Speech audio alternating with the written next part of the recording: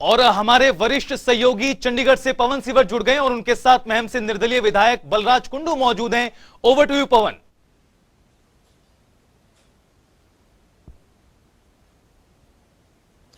बिल्कुल रितेश, हरियाणा का राज्यसभा का जो चुनाव है वो काफी दिलचस्प हो चुका है और इसकी वजह भी यही है कि निर्दलीय उम्मीदवार ने जो ताल ठोकी मैदान में, दूसरी सीट पर जो वो 3 उम्मीदवार एक तरीके से मैदान में आ गए। कुल 3 उम्मीदवार मैदान में, सीटें 2 है, लिहाजा चुनाव जो है वो काफी दिलचस्प हो चुका है। ऐसे में कौन किसको कहां वोट कर रहा है, ये तमाम सवाल जो है वो लोग जानना चाहते हैं। और इस वक्त मेरे साथ निर्दलीय विधायक बलराज कुंडू है। बलराज कुंडू का वोट कहां जाएगा, बलराज कुंडू की क्या रणनीति होगी, इन तमाम मुद्दों पर बातचीत करेंगे। कुंडू साहब, आप राज्यसभा चुनाव को लेकर लगातार सुर्खियों में है, चूंकि आपका वोट या बाकी जो लोग हैं सभी के वोट महत्वपूर्ण है, लेकिन आपका वोट इस लिहाज से महत्वपूर्ण है क्योंकि आप इंडिपेंडेंट एमएलए, आप ना सरकार के साथ है ना विपक्ष के साथ है। लेकिन अब राज्यसभा चुनाव में बलराज कुंडू की क्या रणनीति है? कल स्पष्ट करेंगे आपके सामने ये बात स्थिति, क्योंकि रोचकता बनी रहनी चाहिए। आज इस प्रकार का रोचक माहौल आप खुद कह रहे हैं, आज ही डिस्क्लोज कर दें, रोचकता खत्म हो जाएगी ना, इंटरेस्ट खत्म हो जाएगा। तो इसको थोड़ा सा, चंद घंटे बचे हुए हैं, इस रोचकता को बनी रहने दो। कल जो है ना, चुनाव में अंदर जाने से पहले मैं अपना स्टैंड क्लियर करके आप सबके सामने तभी जो है ना आगे जाऊंगा। लेकिन आपके मित्र जो हैं वो निर्दलीय विधायक नैनपाल रावत, वो तो पूरा कॉन्फिडेंस के साथ करें कि हमारी पंचायत हो चुकी है निर्दलीय विधायकों की और पंचायत में ये तय कर लिया गया है कि हमें वोट कहां पर डालना है। और उन्होंने तो यहां तक कह ही दिया कि हम कार्तिकेय शर्मा निर्दलीय उम्मीदवार को वोट करेंगे। उन्होंने तो आपकी गारंटी ली है। वो कल थोड़ा सा जोश में होश खो बैठे थे, उसके बाद उन्होंने सॉरी फील करके अपने शब्द वापस ले लिए हैं। उस बात का ज्यादा जिक्र न मैं तुल नहीं देना चाहता, वो चीजें हो गई हैं क्लियर। और मैं ये बात बताना चाहता हूँ कि मेरा कोई ठेकेदार नहीं हो सकता। मैं अपना जो है ना खुद का मर्जी का मालिक हूँ और अपना स्टैंड और अपने विवेक से और लोगों की भावनाओं के अनुरूप प्रदेश हित में अपना निर्णय कर लूंगा। जिस दिन से निर्दलीय उम्मीदवार के तौर पर नॉमिनेशन फाइल किया गया या कांग्रेस के उम्मीदवार या बीजेपी के उम्मीदवार ने अपना नॉमिनेशन फाइल किया, उसके बाद से ही लगातार संपर्क साधना, रिजोर्ट में लेकर जाना, रिजोर्ट से बाहर आना, इस तरीके की गतिविधियां तमाम हो रही है। बलराज कुंडू से भी तो संपर्क किया गया होगा ना कि रिजोर्ट में चलिए, रायपुर आ जाइए या फिर यहाँ सुखविला चंडीगढ़ आ जाइए, संपर्क तो किया ही गया होगा। देखिए, चुनाव के अंदर वोट मांगना और संपर्क साधना एक स्वाभाविक सी प्रक्रिया है, ये कोई गलत भी नहीं है। वो उन्होंने हुई, मैंने अपना जवाब दे दिया और अपना स्टैंड जो है ना कल क्लियर करूंगा, ये सबको बता दिया मैंने। तो इसमें कोई गलत नहीं है, तो रूटीन की प्रोसेस है। बाहर एक चर्चा शुरू हो चुकी है कि हॉर्स ट्रेडिंग हो रही है, खरीद फरोख्त की जाएगी, क्योंकि 2016 का जो हरियाणा में राज्यसभा का चुनाव है वो पूरे देश में सुर्खियों में रहा और इंक कंट्रोवर्सी, शाही कांड के नाम से आज भी उसकी चर्चा होती है। तो हॉर्स ट्रेडिंग जैसी स्थिति क्या बन सकती है?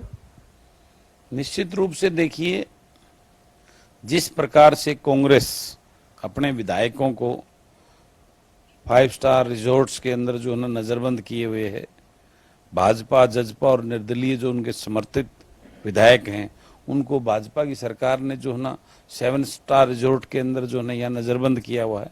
ये सारी चीजें इस ओर इशारा करती हैं कि हॉर्स ट्रेडिंग का बहुत जबरदस्त जो है ना माहौल बना हुआ है और एक अविश्वास का माहौल बना हुआ है कि क्रॉस वोटिंग ना हो जाए, हॉर्स ट्रेडिंग के माध्यम से कहीं खेल ना बन जाए, कोई खेल खराब ना हो जाए, जिसके चलते इन्होंने अपने अपने विधायकों को इस अविश्वास के चलते इन्होंने रिजॉर्ट्स के अंदर नजरबंद किया हुआ है।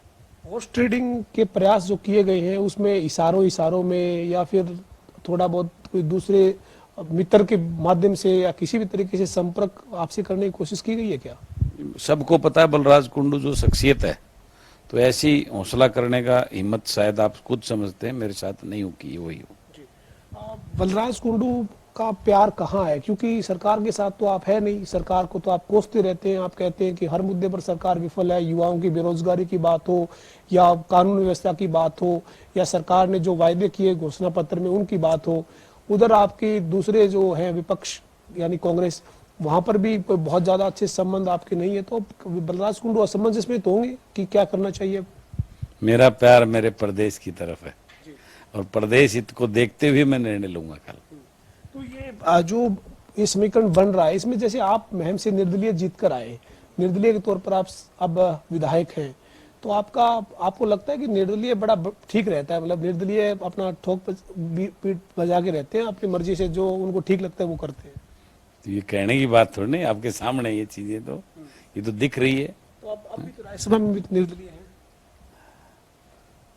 ये एक कड़ा सवाल है, उसके पीछे मैं मना नहीं करता उस बात को, ये अभी निर्णय लूंगा और ये कल आपके सामने स्पष्ट भी करूंगा क्या है क्या नहीं, लेकिन उसके पीछे वो समर्थित भी हैं, निर्दलीय हैं, मैं मानता हूँ वो समर्थित भी हैं किसी के।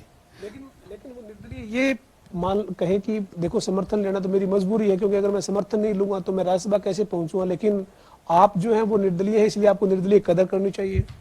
बहुत सारा क्राइटेरिया है इस चीज में। मेरा जो मानना है, मैंने एक बात कही ना, मैं प्रदेश हित में अपना निर्णय लूंगा और कल अपने पत्ते मीडिया के साथियों आप सबके सामने खोलते हुए ही आगे कदम उठाऊंगा, चिंता ना करो, चंद घंटे बाकी, सस्पेंस को बना रहने दो। 2016 का जो चुनाव था, इंक कंट्रोवर्सी शाही कांड जिसमें हुआ, उसमें बहुत ज्यादा संख्या थी आर के आनंद के पास, लेकिन इसके बावजूद जीती हुई बाजी वो हार गए और हारी हुई बाजी सुभाष चंद्रा जीत गए। क्या इस बार भी कोई जीती हुई बाजी हारने वाली संकेत या हारा हुआ दिख रहा है जो आंकड़ों में, वो बाजी को पलट सकता है?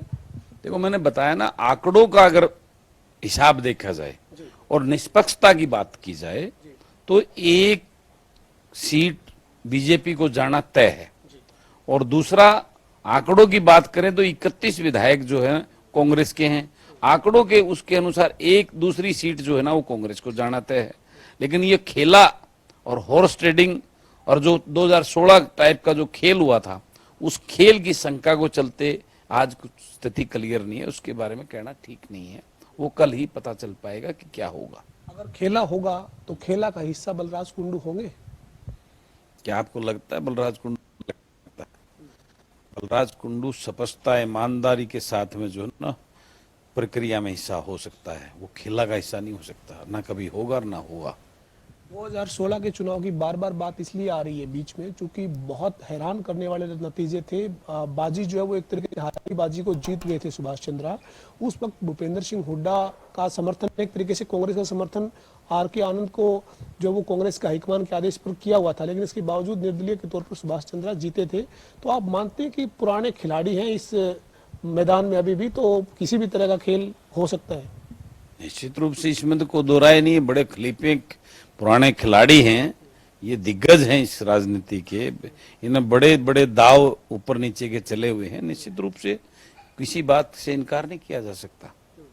निर्दलीय उम्मीदवार जो मैदान में राज्यसभा में, उनके जो संबंध है कांग्रेस के नेताओं के साथ, कांग्रेस में जो भूपेंद्र सिंह हुड्डा के साथ जो नेता हैं उनके खास जो उनका कोर ग्रुप है उसके जो नेता हैं उनके साथ उनके संबंध, क्या इन सब के बीच में जो इससे नाटों की कोई अहमियत नहीं, ये सरेआम देखने आपके सामने दादा। तो साफ तौर पर निर्दलीय विधायक बलराज कुंडू को आप सुन रहे थे। फैसला करूंगा और कल इस बात की जानकारी दूंगा। चाचा भतीजे का रिश्ता देखा होगा, भाई भाई का रिश्ता देखा होगा, ये सगे भाई की चाचाताओं की बात कर रहा हूं। तो मेरा ये मानना, राजनीति के अंदर रिश्ते कोई सब अपना स्वार्थ, अपना निजी हित देख के जो ना राजनीति में करते हैं, और उसी के तहत ही जो ना राजनीति में आम चीज देखने को मिलती है। अंतिम सवाल है, कल अपना स्टैंड साफ करके ही राज्यसभा में वोट डालने जाएंगे? निश्चित रूप से मैं अपने पत्ते खोल के ही अगला कदम उठाऊंगा। तो हमारे साथ महम के निर्दलीय विधायक बलराज कुंडू थे, जो अपनी बेबाकी के लिए जाने जाते हैं, और बेबाकी से इन्होंने साफ किया है कि किसी भी खेला का हिस्सा नहीं होंगे, लेकिन अपना जो विवेक है, अपना जो उनका विचार है, वो करने के बाद मीडिया को जानकारी देके ही विधानसभा पहुंचकर राज्यसभा के चुनाव के लिए अपना वोट डालेंगे।